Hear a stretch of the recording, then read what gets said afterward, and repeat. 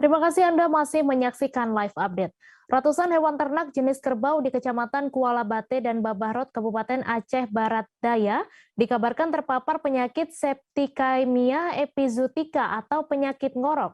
Dari ratusan yang terpapar, jumlah hewan ternak yang mati mendadak mencapai 23 ekor.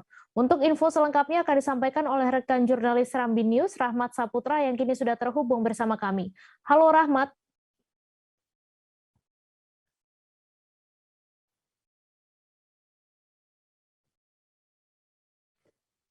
Ya, rekan Mai.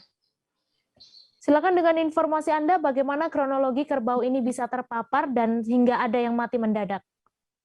Jadi dapat kami laporkan bahwa beberapa hari lalu sampai saat ini ada ratusan hewan ternak jenis kerbau yang terpapar penyakit SE atau penyakit ngorok seperti itu.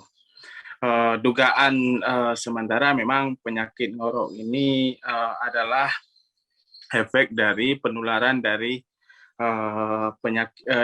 kabupaten tetangga, di mana hewan ternak jenis kerbau ini terpapar adalah kebanyakan dari sungai, mencicipi sungai daerah perbatasan Abia dengan Nagan Raya.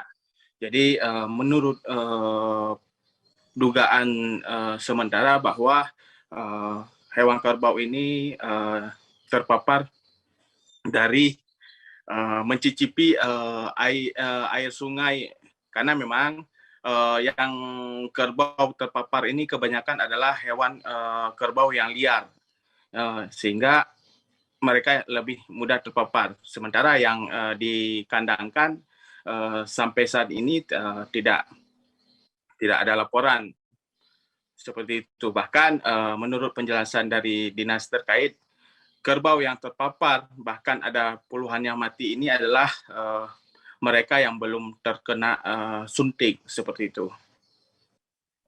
Lalu berapa kerugian peternak akibat penyakit ini?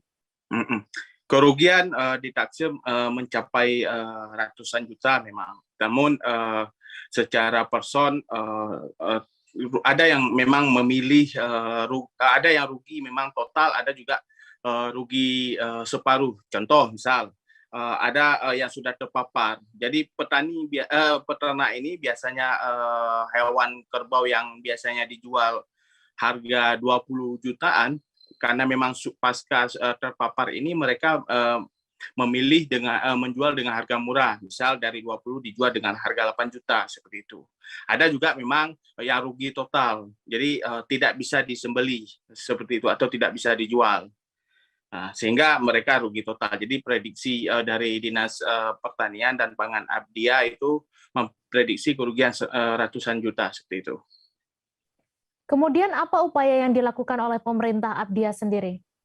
Jadi upaya dari Dinas Pertanian dan Pangan, mereka memang pasca mendapatkan laporan ini, mereka melakukan identifikasi ke lapangan dan ke daerah-daerah yang rawan. Nah, karena memang seperti saya jelaskan tadi, daerah yang rawan ini adalah kerbau-kerbau yang liar.